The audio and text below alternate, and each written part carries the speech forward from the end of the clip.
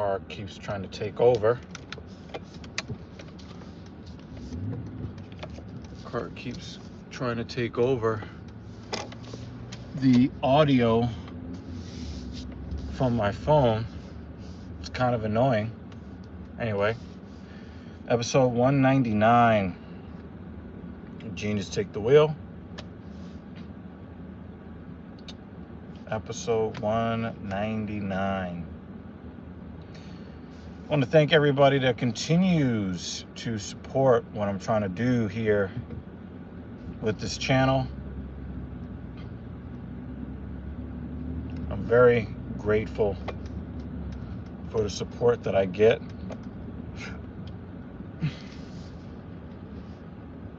From you fine ladies and gentlemen.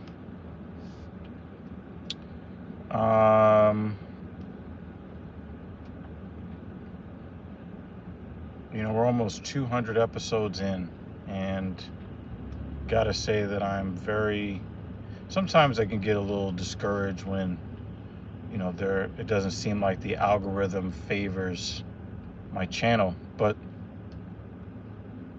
for the people that do support, I just feel compelled to continue to make sure that I get up every morning and continue to stream for you and to try to impart any kind of knowledge that I can. I've given you guys some blueprints, especially if you're New Year's resolutioners looking to get into fitness and maybe have it stick this time. But today I'm going to go in the opposite direction and give you some tips if you are someone that trains really hard for days and weeks on end and go through some signs that you need to be easy, you need to chill. So an autopsy on today's training.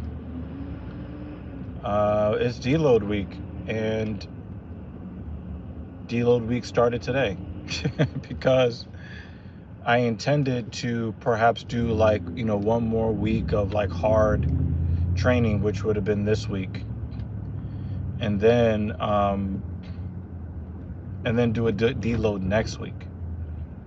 But I noticed something when I was training on Tuesday that kind of let me know that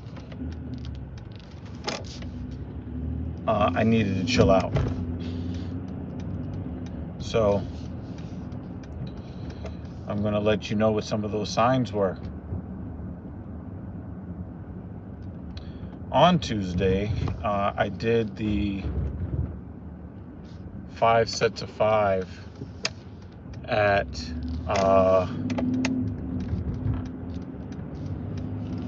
495 on the leg, on the quad extension, or the leg press machine, excuse me. On the leg press machine, I hit 495, and I was very happy with it, but I did notice some discomfort in my quad tendon.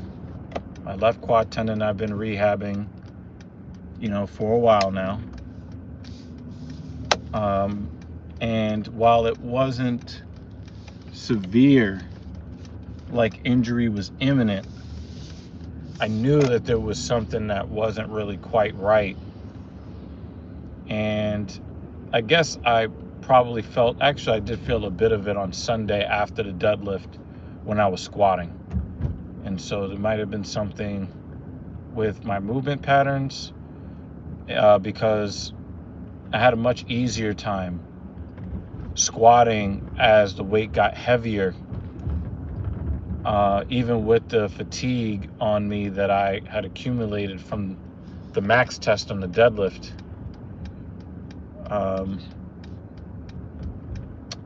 It was still okay. So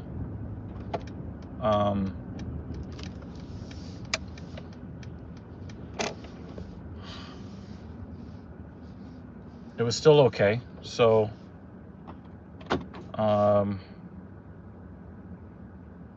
when I felt the discomfort in my quad tendon doing the leg extension,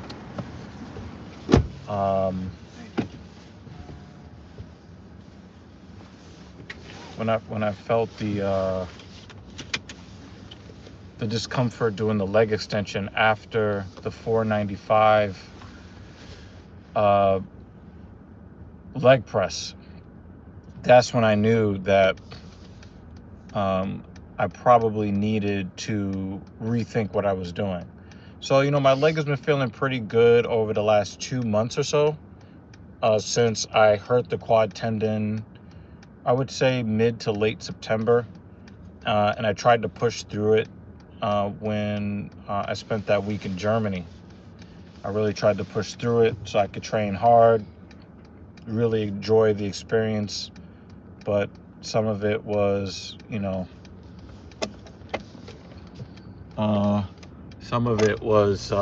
just very difficult to get through. And then when I got back to New York, that's when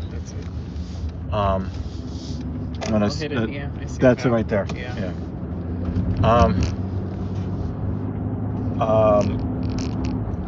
Yeah, that looks like it, but those are just lights to illuminate that. It's so well hidden under there. Yeah. Right. I probably looked at it a whole bunch of times and didn't see it. Yeah. So I noticed that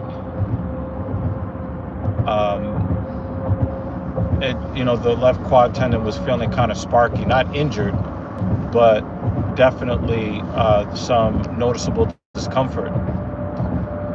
So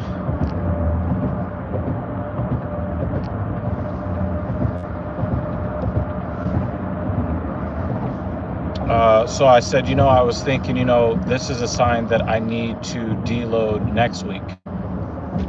So, come on. This is a sign that I need to deload next week, and I was going to tough it out for the rest of the week. But yesterday, I didn't have really any work to do, but normally I would go do some upper body or whatever. Oh wait, actually, let me not forget this detail.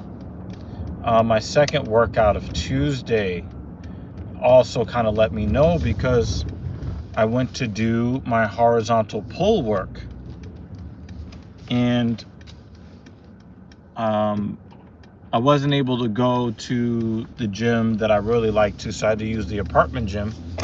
And my upper back kind of caught a minor strain, either in the low trapezius or in the rhomboid on the left side. So I figured that, again, my body was definitely suffering from some kind of fatigue where, the muscles just were not responding well. The things that I normally do that feel cathartic and therapeutic, yes, I'm pulling out the big words on you today, they did not feel very good. And I basically went to bed with some discomfort on the left side of my upper back. And when I got up the next day, I just had very little energy, like very little energy. So, yeah, I could definitely see why you would say that, especially since you're on vacation. So, we don't use big words here. Not until Monday. So, well, I could feel my quad tendon a little bit even right now. Just like a low, dull throb, So, the nervous system is working. Anyway, so I noticed that what the hard training on Tuesday evening it just did not really feel great at all. It felt okay while I was training, I guess, to a certain degree, but it really did not feel very good. So I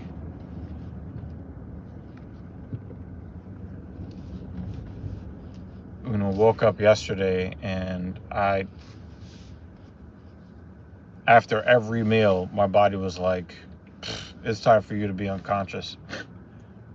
And I probably could have been up and about. If I had clients, I had work to do yesterday, I could have definitely done that work. But the way that my body shut down on me yesterday, I took that as another sign that I needed to kind of rethink my plans. So, I went to bed last night, and I was just kind of looking at my quads to see, okay, can I do my hack squat?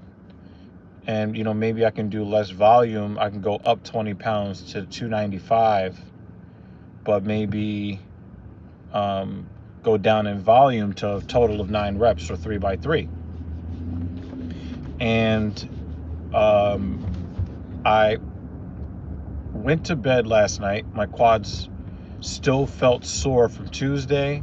I woke up today and I still felt sore from Tuesday in a way that was just more than usual. And that's when I knew that I had to call an audible and start deloading now, because I don't want to put myself in a situation where I can get actually hurt or I can actually get sick from overtraining. This is what I talked to you guys about on the live stream on Tuesday evening on TSP. I also talked to you guys about this on this channel as well, but I wanted to do a formal instructional stream for you guys on the podcast, and I think that went pretty well. So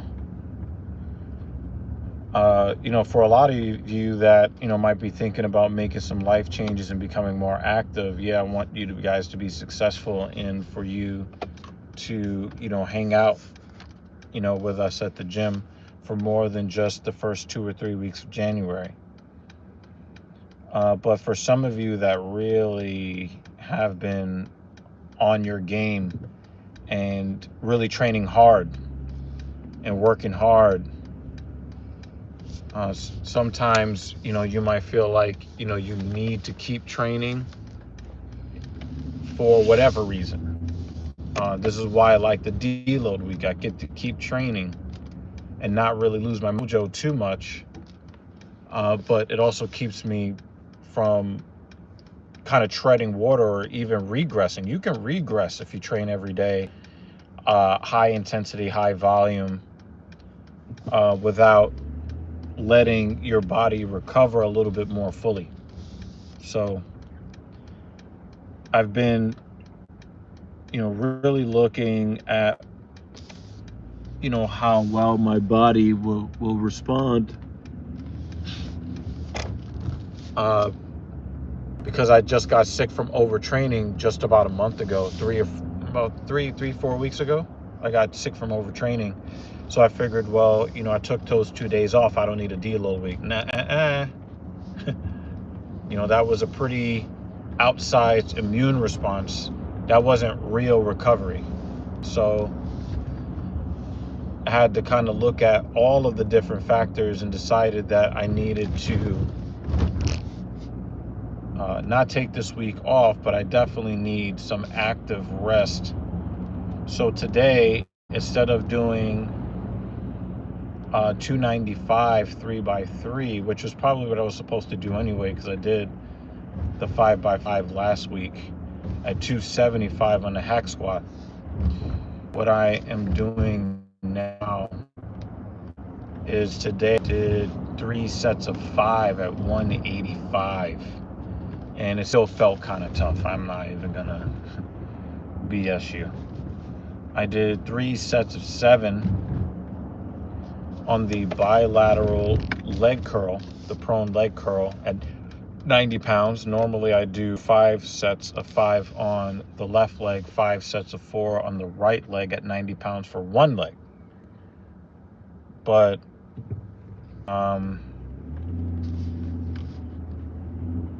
I just did 3 sets of 7 to kind of just squeeze the hamstrings a little bit. But after the max test and all of the stress that I've been putting on my legs, you know, for now a considerable amount of time, I do need to allow my body to recover.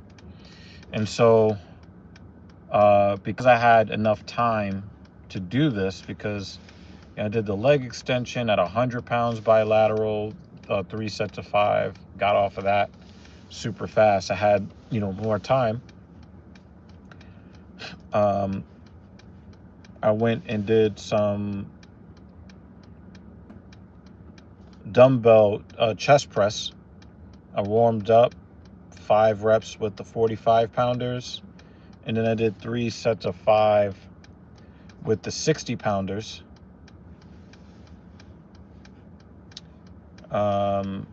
To basically cut my intensity in half. So, you know, I didn't, you know, I normally look forward to my bench press training either incline or flat, you know, that flat barbell. But I was dreading it because I just didn't have any energy. I did not feel good whatsoever. So it really is not worth it, guys. I know that we always want to fight for gains, but when your body is in a state of hyper fatigue, and you can feel that fatigue in your body, but you can also feel it in your mind too. When, you know, lifts that you really love to do, you just don't want to do them, you know. That's a sign that you need to chill. And it doesn't mean that you don't have to go to the gym or you have to just not train at all. For some of us, the delayed onset muscle soreness that comes from not training at all makes a pure rest week not worth it. At least it's that way for me. So what I like to do is I like to just cut the intensity in half. That means cutting the resistance in half, roundabout, you know, roughly in half, cutting the volume roughly in half, to allow the muscle to have some time, or you know, sometimes it's not just the muscle, it's your nervous system, your mind, to kind of take some of that pressure off and some of that intensity. Your brain, even if your body can just keep going and going, your brain can't handle that intensity for extended periods of time like that. And I know a lot of guys are on the juice, but I suspect that those guys, when they have the negative side effects of this of the gear, I'm pretty certain that part of it is, you know, being at that high intensity for extended periods of time, and the toll it takes on your mind. So, you know, that's something that I have had to kind of deal with. You know, if you're dreading your favorite lifts, it's time for you to chill. So today, like I did, you know, that little bit of dumbbell press work, and then I did a standing decline chest press. And, you know, I think I can't tell how heavy the stacks are because the numbers are weird, but it was sufficiently heavy, and I did 3 sets of 8. I reckon it was probably maybe 35, 40 pounds each side, somewhere in that range. And it, you know, I just got a little bit of a pump, you know, I can feel it. And then I got out of there, you know, like, so, you know, I'm not going to train for the rest of the day. I basically consolidated my 2-a-day Thursday training into one quick deload week so I can kind of feel the muscles work and kind of get, back into the groove. Tomorrow, I'll do some light vertical pull. I might do some body weight pull-ups, no weighted pull-ups, and really focus on trying to get a light stretch in my back and make sure that my mechanics are good, that my biomechanics stay legitimately proper. And I'll probably be out of the gym in like 25 minutes tops. And, I'll tell you guys, when you do your deload week, you may feel like you're wasting your time. But you'll find out, not the next week, but the week after a deload week, you will feel so much better. You will feel so much better. You'll feel stronger because you've let some of that mental, neurological, axial fatigue actually go away for a bit, right? I know that my quad is going to feel a little bit better. Like I can feel it throbbing, a low-level throb right now, which is more of like a warning, like, hey, you need to back off. And so that's what I'm going to do. I'm going to back off. I'm going to chill out on my quad. And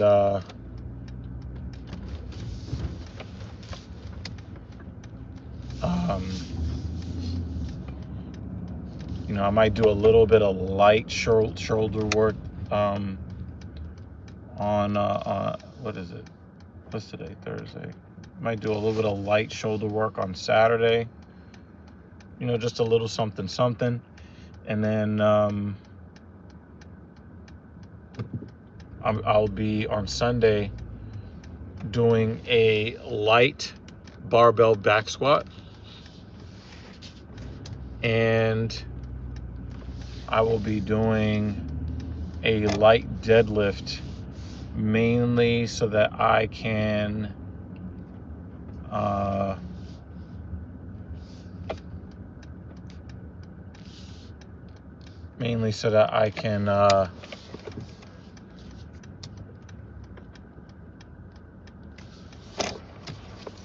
just park in this car real quick.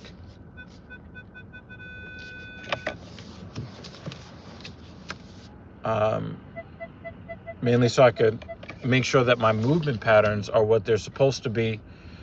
I've shown my friends my deadlift max test where I hit the 405 and the 425. But my leverage position was not very good. And I know that for me to get that 500-pound deadlift, I'm going to have to correct my mechanics. And I can tell you that it doesn't feel good to take multiple steps back all the time. But when you do give your body a chance to recover, it gives you an opportunity to fine-tune your movement patterns, making sure that you're connecting to your exercises, that you are feeling exactly what you want to feel, the way you want to feel them. And you can do that better with lighter weight. So, yes, trying to recover from bad fatigue is the main benefit of making sure that you know when to back off, when to chill. But there are so many ways that you can actually make yourself better in your deload week. I know that some people need to take a whole week off from training. For me, I can't handle it, because if I take a full week without doing anything, the chances that I'll take another week off is pretty high. And then another week. And then another week. So, I think for some of you that don't love the gym, doing a deload week where you're going through your movement patterns without the intensity, I think that'll do better for you to stay on track. So that's what I'm doing. I consolidated 2 workouts into 2/3 of a workout. I don't feel completely spent, and I'm hoping that this deload week allows my quad to kind of chill out a little bit. So my next 2 leg days are going to be very light and easy. So that's going to encompass what I do on Sunday. And then on Tuesday, when I do the leg press again, I probably won't go above 275. A few sets of 5, get in, get out, like an OG's classic. So I hope that bit of information was useful to you. You can let me know in the comment section down below what you think about that.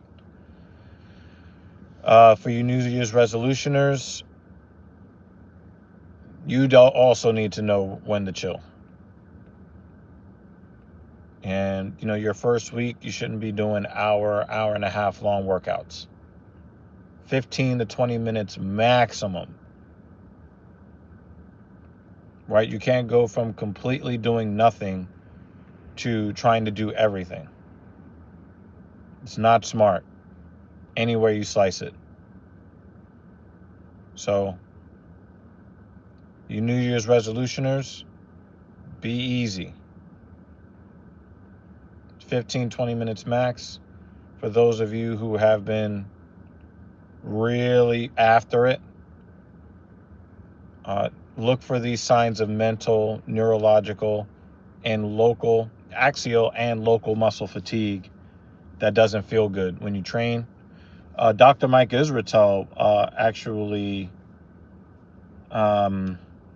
made the suggestion that the people that are like militant about their training to take January off so that they don't have to deal with New Year's resolutioners, and give their body a full month of rest to recover from even the fatigue that you think isn't there. I don't ever see myself doing that. Taking a whole month off, just not showing up for a month. Nah. Never show up again. So, I'm not going to do that. If I don't sign up for a race, am I going to go run on side? Nope. So, guys, know yourselves. If you're the type to not want to go to the gym, don't take whole weeks off. Just deload it. Take all of the intensity off to the point where you feel like you're wasting your time. And I assure you that there will be nothing protracted about it.